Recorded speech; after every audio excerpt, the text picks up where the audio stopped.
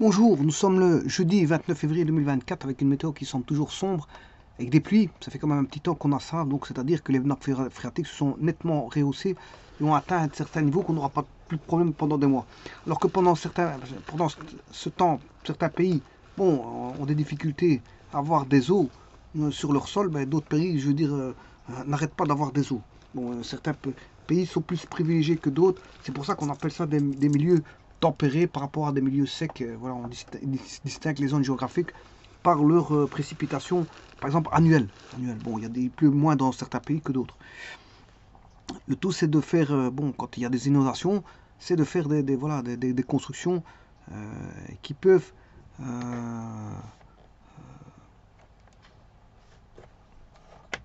qui peuvent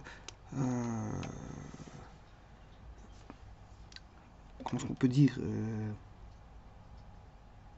répondre aux inondations, je recherche le mot, répondre aux inondations telles que bassin d'eau, un bassin d'orage, grosse évacuation par des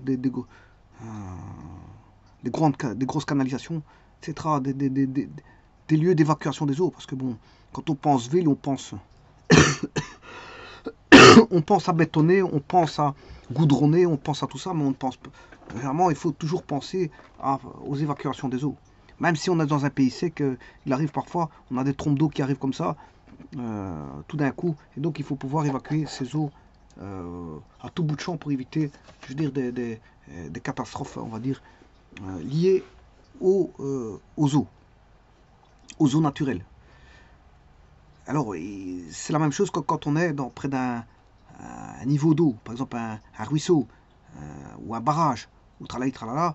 Bon, bien sûr, le voisinage, on n'habite pas à côté d'un voisinage d'un barrage, je vous le dis tout de suite, mais près des cours d'eau aussi, il y a des personnes qui habitent près des cours d'eau, et notamment il y en a qui habitent trop près des cours d'eau.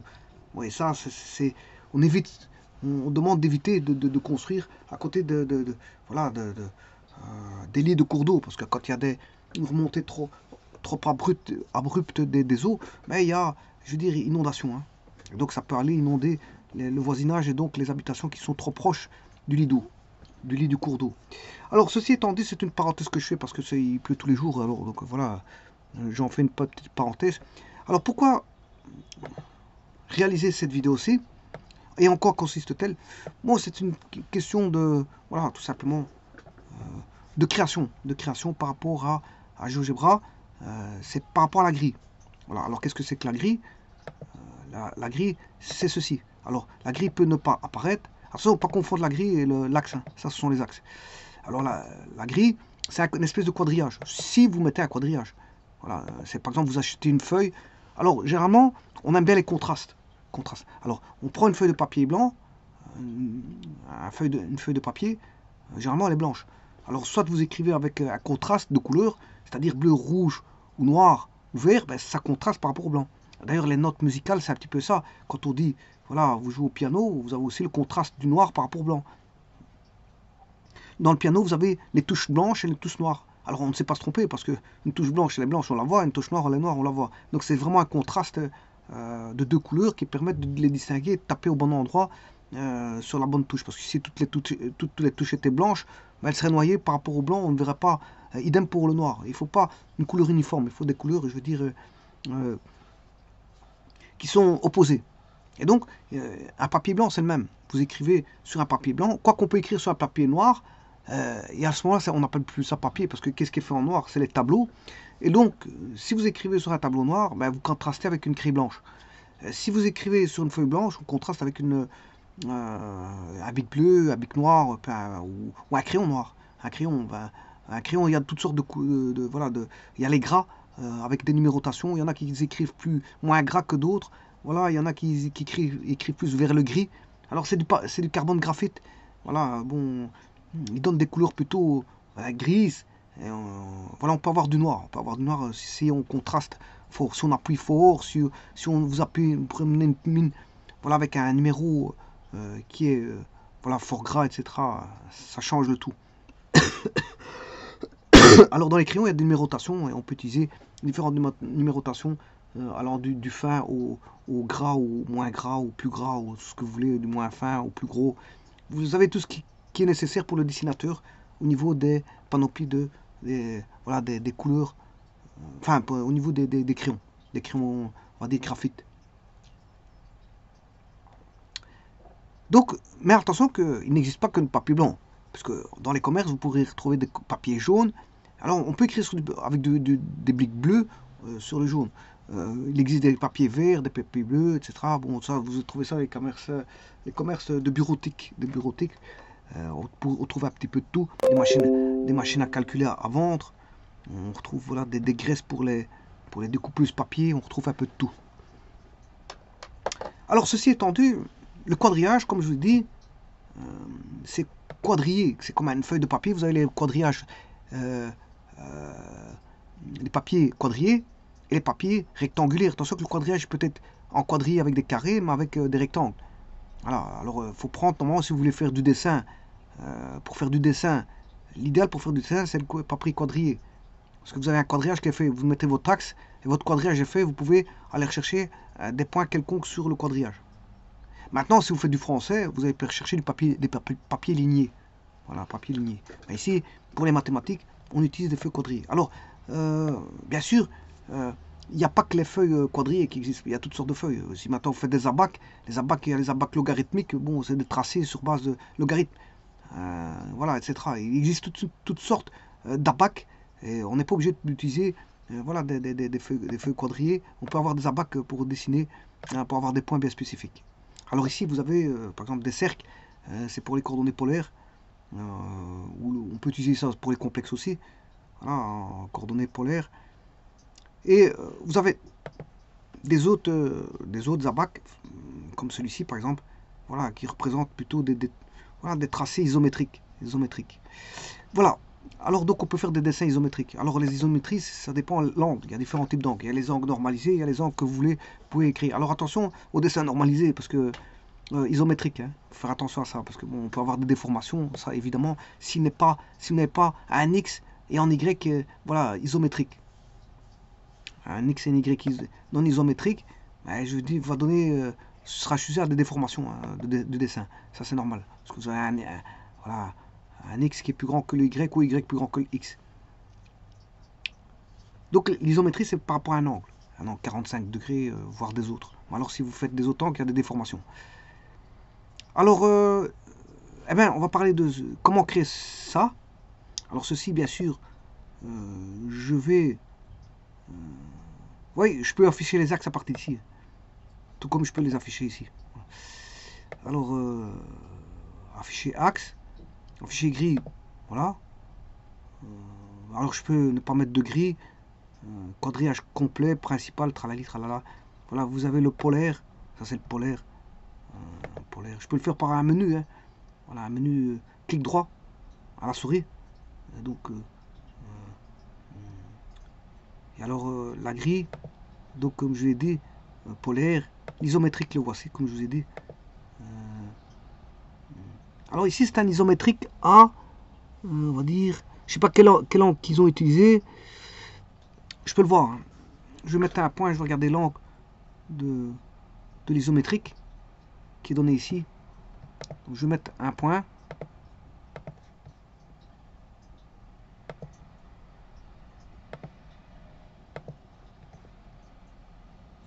Alors chercher l'angle.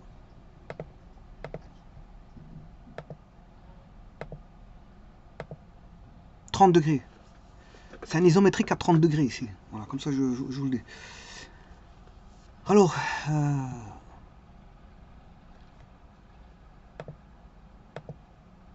là je cherchais la grille, je vais dans les paramètres, vous voyez sa petite fleur, c'est espèce de... Enfin, c'est pas une fleur, hein, ça ressemble à une fleur, mais c'est un engrenage qui donne tous les paramètres et vous allez dans gris.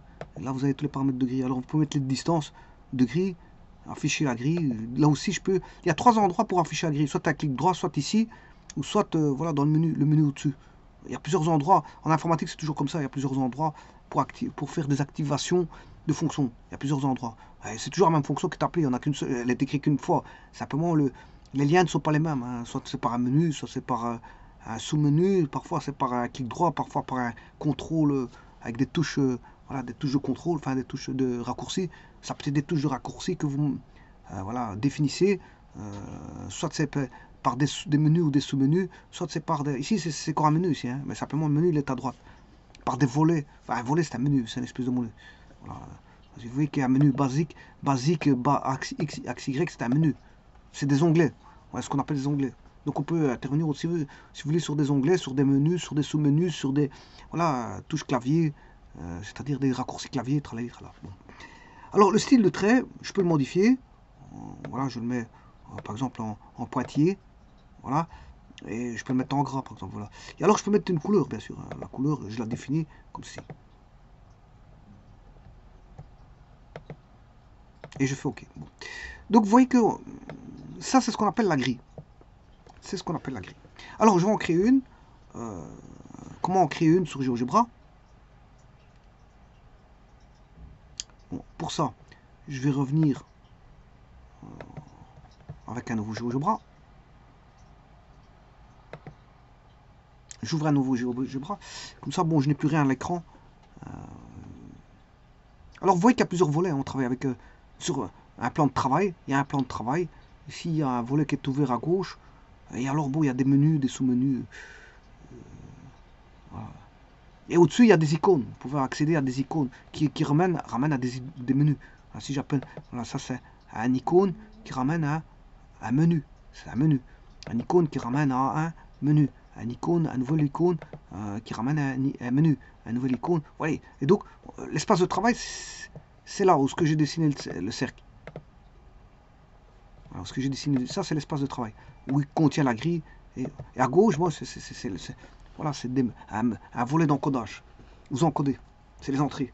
Vous faites des entrées. Des entrées, et vous pouvez voilà, manipuler les fichiers de ce côté-là. C'est encore un menu tout à droite. Vous voyez, il déplace, les icônes sont à gauche, le menu à droite. C'est un petit peu mélangé partout. Hein. Ici, vous avez les zooms qui sont en dessous. Voilà, agrandissement. Ici, réduction. Vous voyez, ils essaient de pas trop mettre dans un endroit pour ne pas saturer. Donc, ils répartissent sur le logiciel. Ce qui est bien fait, c'est un logiciel bien fait, je vous le dis tout de suite. Ils ont bien réparti pour ne pas saturer d'un côté ou saturer d'un autre, ou saturer le bas, le haut. Voilà, ils ont bien réparti à gauche vers des icônes. Ça a été étudié, ça, bien sûr. C'est une étude qui a été faite. Avant de commencer quoi que ce soit, la première des choses, c'est quelle est la visibilité voilà, du programme, qu'est-ce qu'on va avoir, des volets, un espace de travail, un espace d'introduction, comment seront-ils présentés, tralali, tralala, comment peut-il... Là, par exemple, si je peux ramener d'autres choses, je peux ramener, par exemple, voilà, ici, je peux aller ramener des autres volets, calcul formel. Voilà, je ramène un volet de calcul formel. Alors, je vais refermer ce calcul formel.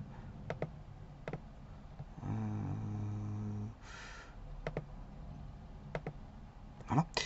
Alors, qu'est-ce qu'on va faire? Je vais créer la grille. Alors, je retire la grille, bien sûr. Si je veux créer une grille, enfin, ça c'est l'axe. Je retire la grille. Il n'y a plus de grille. Eh bien, je vais en construire une. Alors, construisons la grille à l'aide de surface. C'est une surface qu'on va créer avec U,V qui sont mais XY. Voilà, XY. Je vais alors il y aura mon U ou mon X si vous voulez. Je vais commencer mon X en moins 5 pour aller jusque 5. Voilà, ça c'est ma grille. Et ensuite je vais créer tout ce qui est V qui va aller de moins 2 à 2. Alors bien sûr, rien n'est visible parce que je n'ai pas activé quoi que ce soit. Si je clique sur l'activation, vous avez une grille là. Alors vous avez compris qu'on peut créer une grille, je veux dire,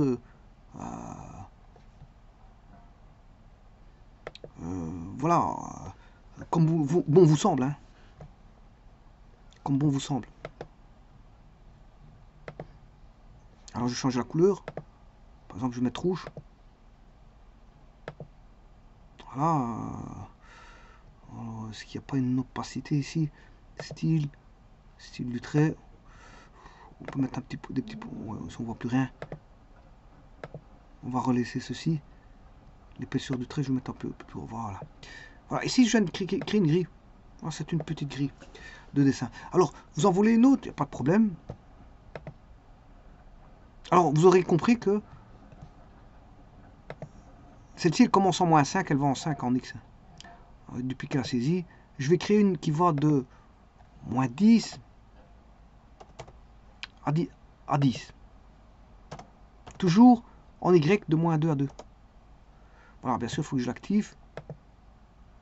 Voilà, elle est un peu plus grande. Alors maintenant, je vais l'agrandir. Depuis qu'il a saisi. Je vais mettre moins 10, 10, ça m'intéresse. En X, mais en Y, je vais mettre moins 10, 10 aussi. Moins 10, 10. Comme ça, vous avez une grille personnalisée. Grille personnalisée. Voilà, alors bien sûr, il faut afficher. Voilà, là, il va de moins 10 à 10. Attention que c'est pas la grille de GeoGebra, je vous le dis tout de suite. C'est la grille que je vais être créée, voilà. Parce qu'après, au-delà de ça, il n'y a plus de grille. Alors, si vous voulez foncer, il n'y a pas de problème. Vous allez dans les propriétés, vous foncez ce que vous voulez. Bien sûr, je peux enlever les autres. Voilà, et ça, c'est une petite grille que je viens de créer. Et donc,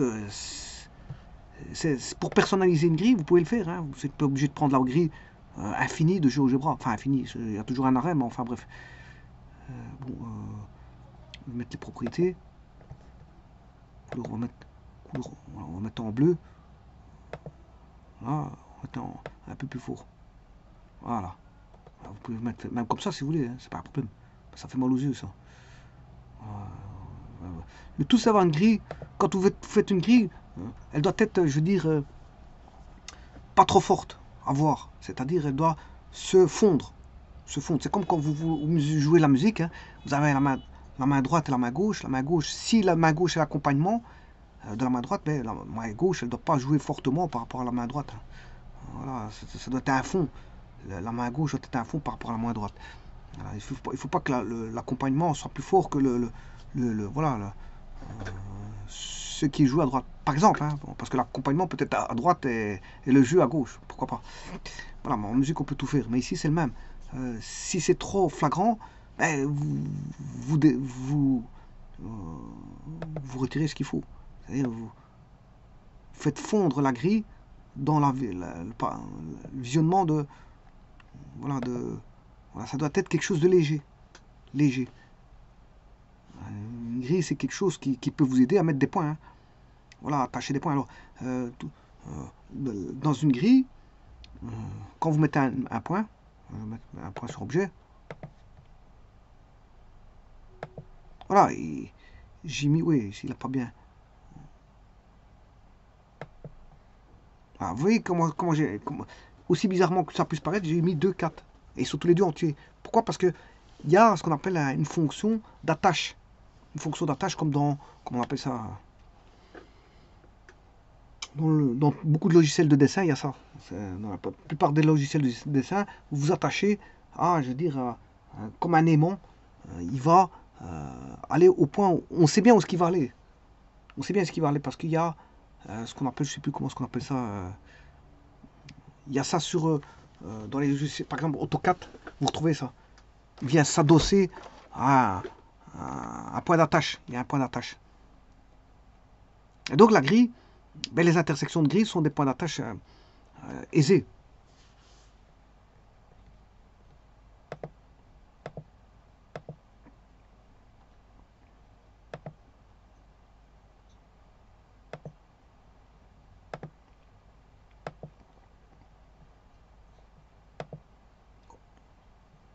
Bon, ça c'est les points.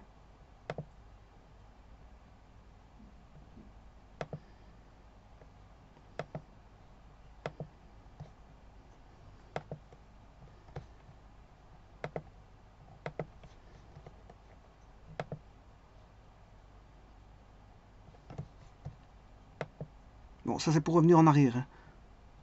Je reviens en arrière et je retire mes points. Voilà, donc ça c'est pour vous montrer qu'on peut dessiner une grille personnalisée sur GeoGebra. Donc quand vous avez ça, ça vous fait penser à un oscilloscope. Dans les oscilloscopes, on a des grilles personnalisées comme ça. Même les oscilloscopes sont au milieu de grilles, hein, je vous le dis tout de suite, pour la meilleure lecture. Une grille, c'est toujours bon pour une lecture de points. Comme ça, on a une perception de la zone où elle se trouve par rapport à la grille. Et la grille donne... c'est une grille de coordonnées. Si je mets le point 1, 1, On sait bien qu'on est là. À ce point-là, voilà, ça c'est le point 1-1. Il est sur la grille. Alors, attaché, si vous voulez mettre un... Pourquoi on met une grille?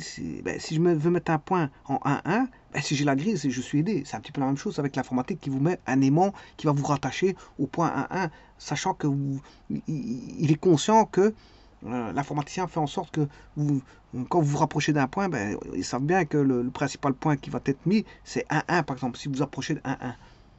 Donc il va attacher à 1-1. Sinon, si vous voulez pas 1-1, on sait le faire aussi. Moi, je vous le dis, on sait tout faire en informatique, hein. C'est pas un problème. Pas parce qu'il va vous attacher en 1-1 qu'il ne sait pas vous que si vous voulez ne pas l'attacher en 1-1, il ne saura pas le faire. Loin de là. Donc vous voyez qu'ici, c'est c'est quelque chose voilà, d'intéressant si vous voulez pas voir toute la grille. Voilà, vous travaillez que sur une fonction qui est définie par exemple sur moins 1-1. Moins 1-1.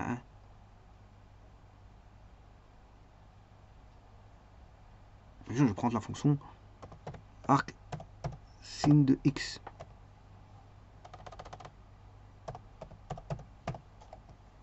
Voilà, vous voyez, j'ai pas besoin de plus pour les grilles, hein. Alors j'aurais pu même faire une plus petite grille. Voilà, la grille me suffit ici, hein.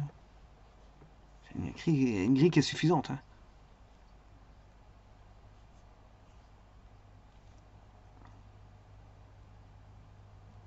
Je vous remercie.